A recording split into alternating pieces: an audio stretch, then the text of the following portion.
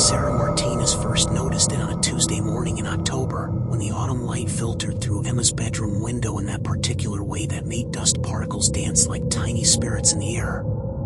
Her 18-month-old daughter sat in the middle of her playmat, surrounded by colorful blocks and stuffed animals, but her attention was fixed entirely on the far corner of the room where absolutely nothing existed except shadow and wall. Emma's chubby finger pointed with the unwavering certainty that only toddlers possess, and her face lit up with pure, infectious joy. She clapped her tiny hands together and released a stream of delighted giggles that filled the room with warmth. To any observer, it would have seemed like the most natural thing in the world, except for one unsettling detail: there was nothing there to laugh at. "What do you see, sweetheart?" Sarah asked softly, settling cross-legged beside her daughter on the carpet. She followed Emma's gaze to the empty corner, squinting as if she might suddenly discover whatever had captured her child's fascination.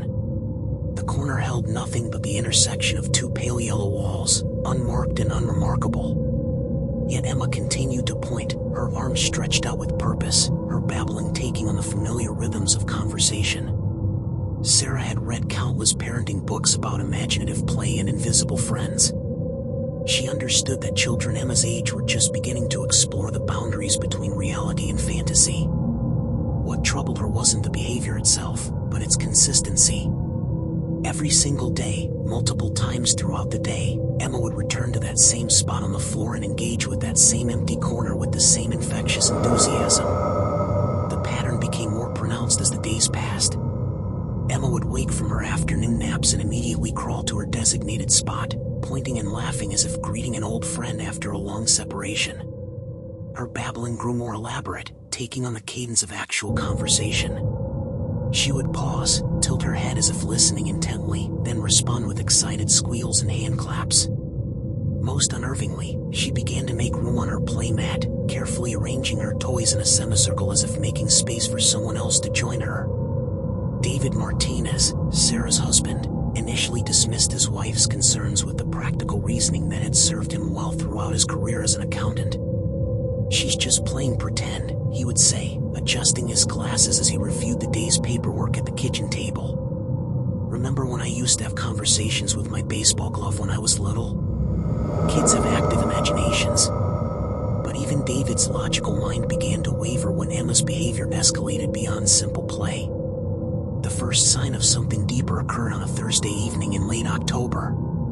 Sarah was attempting to put Emma to bed in her crib, following their established routine of a warm bath, a bottle, and a gentle lullaby. Emma had always been an easy baby when it came to bedtime, settling down peacefully after a few minutes of soft fussing. That night, however, Emma became inconsolable the moment Sarah tried to place her in the crib. Her tiny body went rigid, her face turned red with the effort of her screaming, and tears streamed down her cheeks as she reached desperately toward the corner. She twisted in Sarah's arms, stretching her small hands toward that empty space with such longing that Sarah felt her heart break a little. "Mama! Mama!" Emma cried, her voice breaking with desperation. These were among her first clear words, and hearing them spoken with such anguish made Sarah's stomach clench with worry.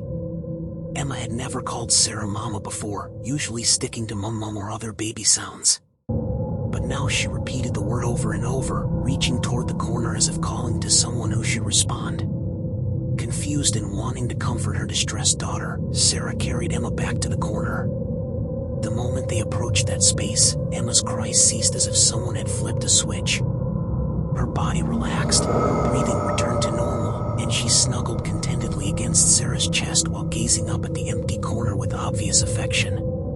They spent an hour standing in that corner that night, with Emma periodically pointing upward and whispering "Mama" and play in the soft, reverent tones children reserve for their most precious secrets. Sarah found herself staring at the same spot, searching for any logical explanation for her daughter's behavior. The corner held nothing unusual, no strange shadows, no unusual drafts, no hidden sounds from neighboring apartments. Yet Emma's certainty was absolute. The bedtime struggles continued and intensified over the following weeks. Emma would only sleep if her crib was positioned so she could maintain visual contact with the corner. If Sarah tried to move the crib to a different angle, Emma would wake immediately and cry until the crib was returned to its original position. Even more unsettling, Emma began to sleep in a specific position, always lying on her side with one arm stretched toward the corner, her tiny fingers grasping at air as if trying to hold someone's hand. David's skepticism crumbled completely when he witnessed one of Emma's conversations firsthand. He had come home early from work to find Sarah sitting on the bedroom floor, watching Emma with a mixture of fascination and concern. Emma sat in her usual spot, but this time her interaction with the invisible presence was more elaborate than ever before. She would point to different toys, pick them up, and hold them toward the corner as if offering them to someone. When she received no visible response, she would try a different toy, chattering constantly in her developing vocabulary. Most remarkably, she began to play peekaboo with the empty space, covering her eyes with her tiny hands and then revealing them with delighted squeals, as if someone was playing the game back with her. Play. Play. Emma repeated, clapping her hands and bouncing with excitement.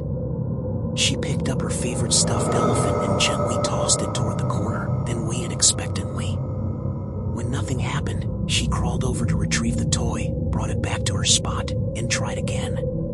Her persistence was both touching and deeply unnerving. David knelt beside his wife, his analytical mind struggling to process what he was witnessing. "How long has she been doing this specific routine?" he asked quietly, not wanting to disturb Emma's concentration. "About a week now," Sarah whispered back. "It's getting more complex every day. Yesterday, she started making 2 separate piles of toys, like she was sorting them for 2 different people." As if responding to their conversation, Emma picked up her favorite book, a board book about farm animals, and held it up toward the corner. She turned the pages slowly, pointing at each picture and making the animal sounds she had recently learned. When she reached the page with the baby cow, she paused and said "baby" clearly, looking directly at the corner with an expression of tender recognition. That night, David and Sarah lay awake in their own bedroom, listening to Emma's soft breathing through the baby monitor. They could hear her occasionally murmuring "play" and "baby" in her sleep, accompanied by the gentle rustling of her moving around in her crib to maintain her view of the corner. "We need to find out more about this apartment," Sarah said finally, voicing the thought they had both been avoiding. "About who lived here before us?" David nodded in the darkness. His logical mind wanted to reject any supernatural explanations, but his parental instincts couldn't ignore the consistency and intensity of Emma's behavior.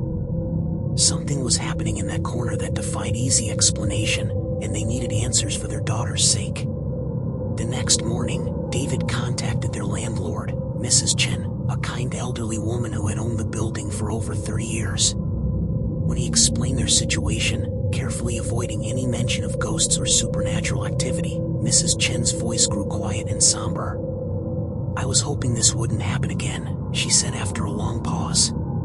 "The previous tenants, the Williams family, they had some troubles in that apartment. Their baby girl." She trailed off, clearly uncomfortable with the conversation. "Please," Sarah interjected, having taken the phone from David. "We need to know what happened. Our daughter is acting very strangely, and it all centers around that one corner of the bedroom." Mrs. Chen's sigh was audible through the phone. "The Williams family lived there for 2 years.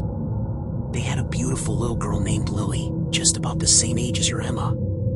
Sweet child, always smiling." Her voice caught slightly. "Lily died in her sleep one night. SIDS, the doctors said. Sudden infant death syndrome. Nothing anyone could have done." Sarah felt her blood run cold. Where did it happen?" "In the bedroom corner where they kept her play area during the day. Margaret Williams, the mother, she used to spend hours there with Lily every morning after breakfast. They would read books, play with toys, sing songs. It was their special bonding time." Mrs. Chen paused again. "Margaret said it was Lily's favorite spot in the whole apartment.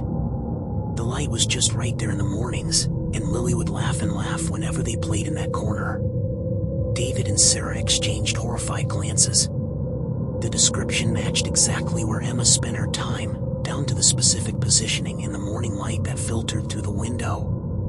What happened to the Williams family after? Sarah couldn't finish the question. They moved out within a month. Couldn't bear to stay. Margaret was devastated, naturally.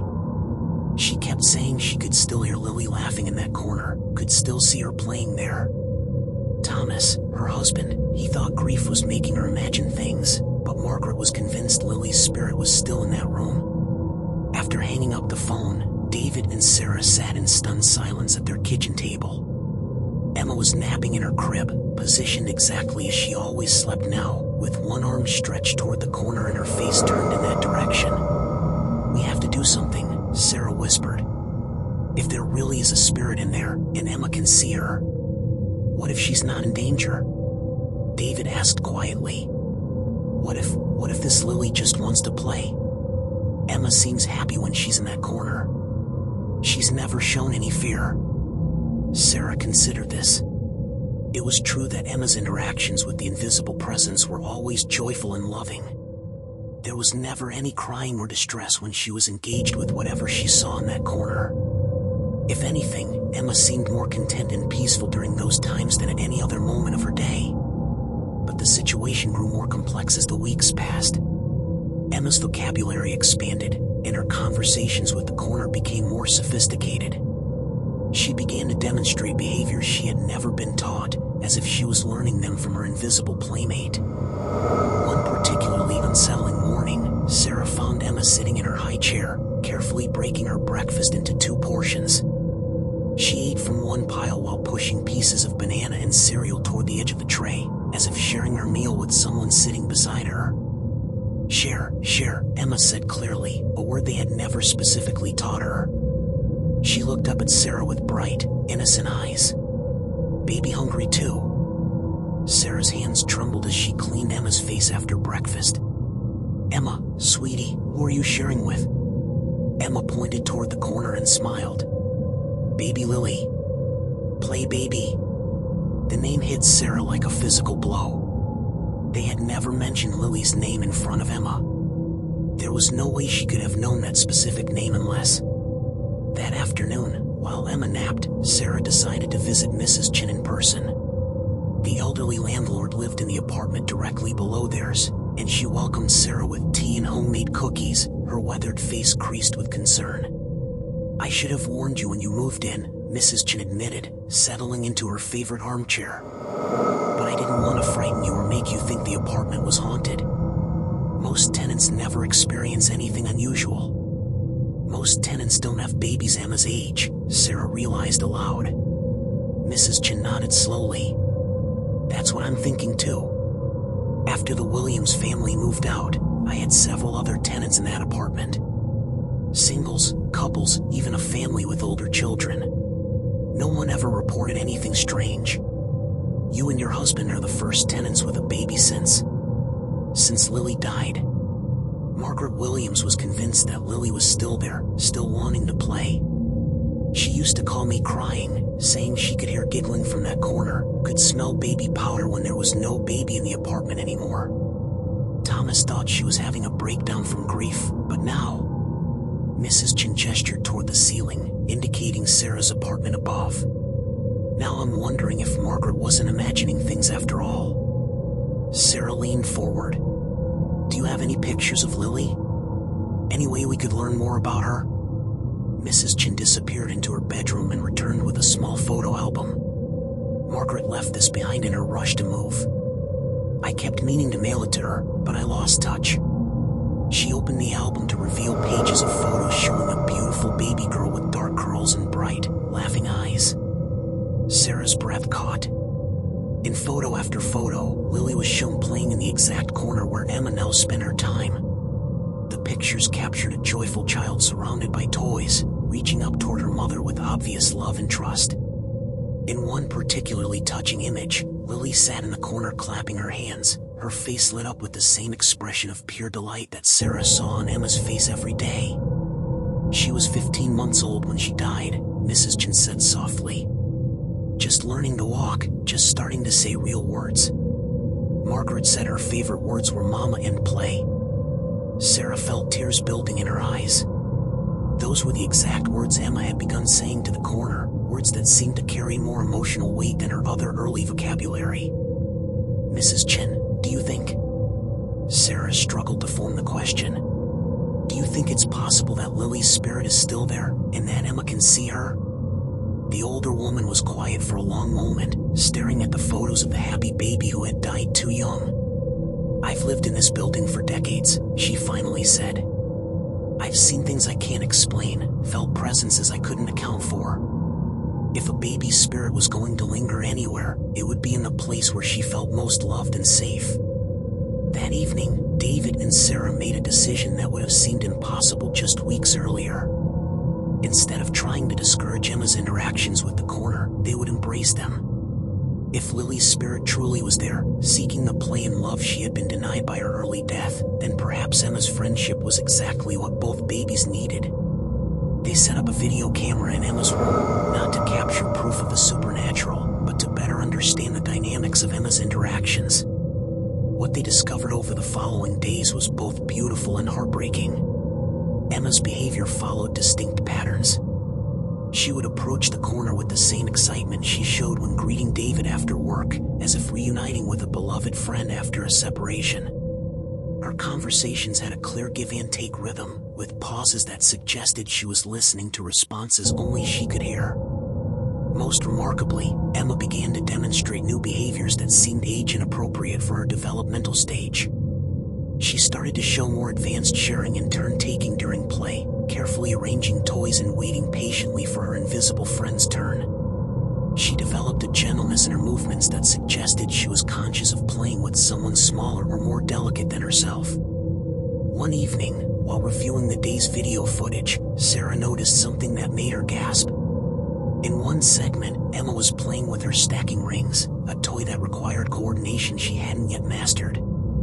On camera, she could be seen struggling with the rings, growing frustrated as they refused to stack properly. Then something extraordinary happened. Emma paused, tilted her head as if listening, then tried a different approach to the rings that resulted in perfect stacking.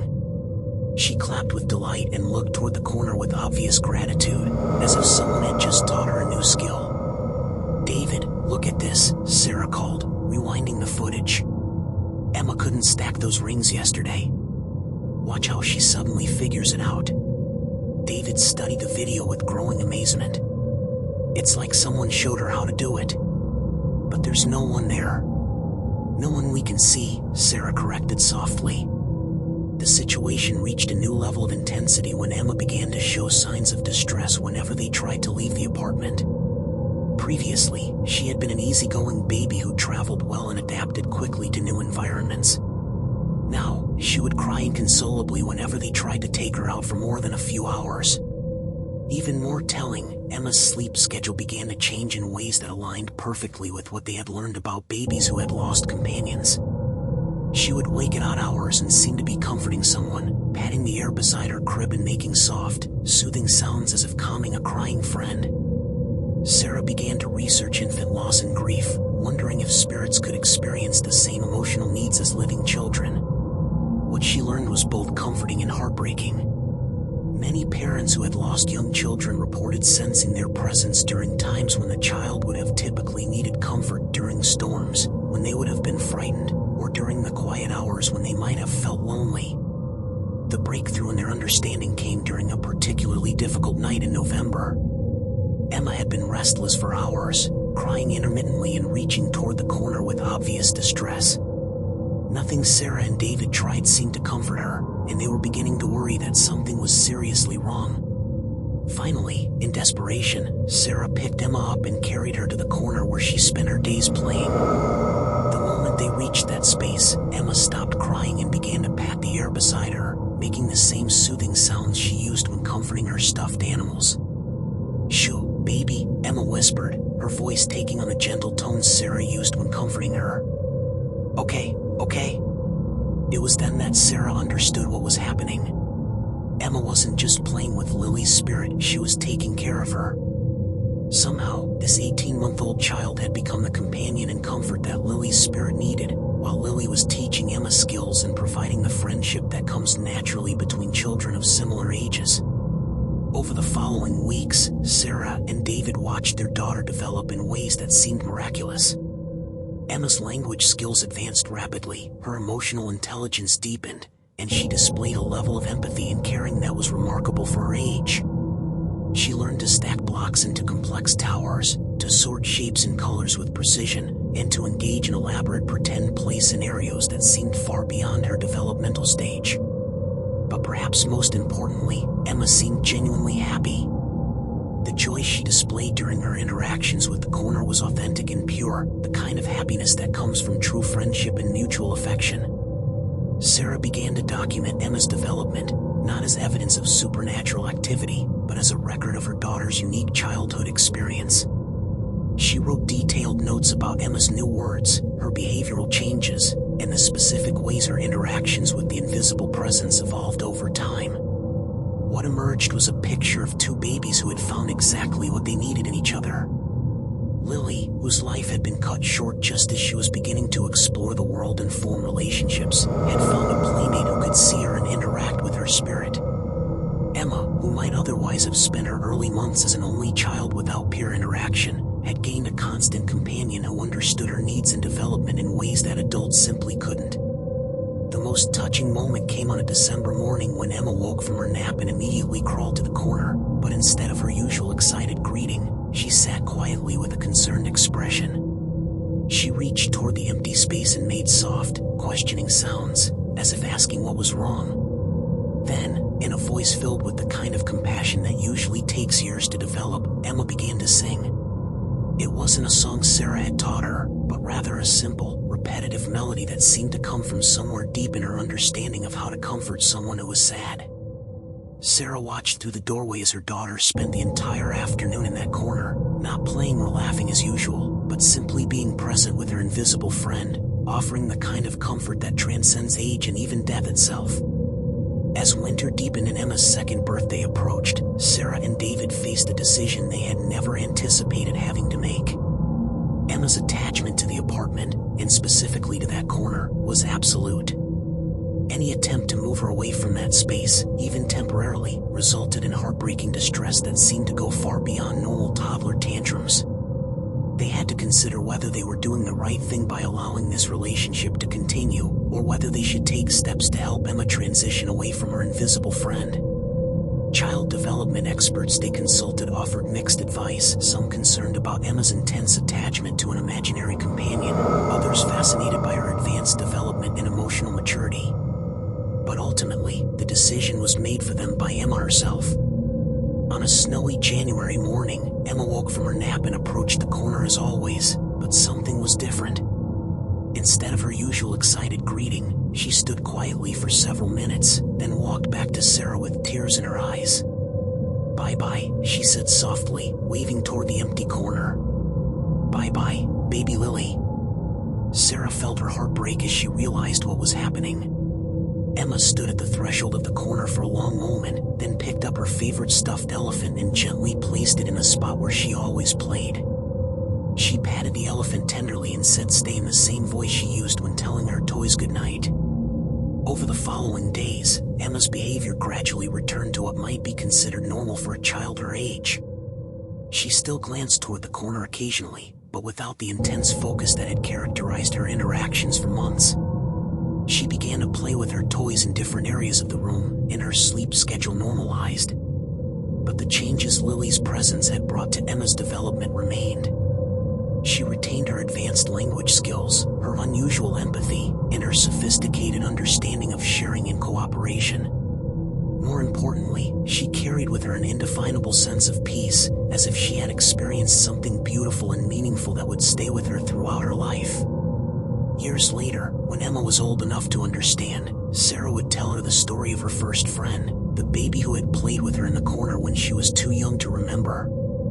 Emma would listen with fascination, sometimes glancing toward the corner of what had become her childhood bedroom, and smile with the kind of recognition that suggests some memories transcend conscious recall. The corner remained a special place in their home, not haunted or frightening, but somehow blessed by the love that had been shared there between two babies who had found exactly what they needed in each other, one seeking a friend to help her learn about the world, the other needing a companion to help her find peace peace in whatever world comes after this one.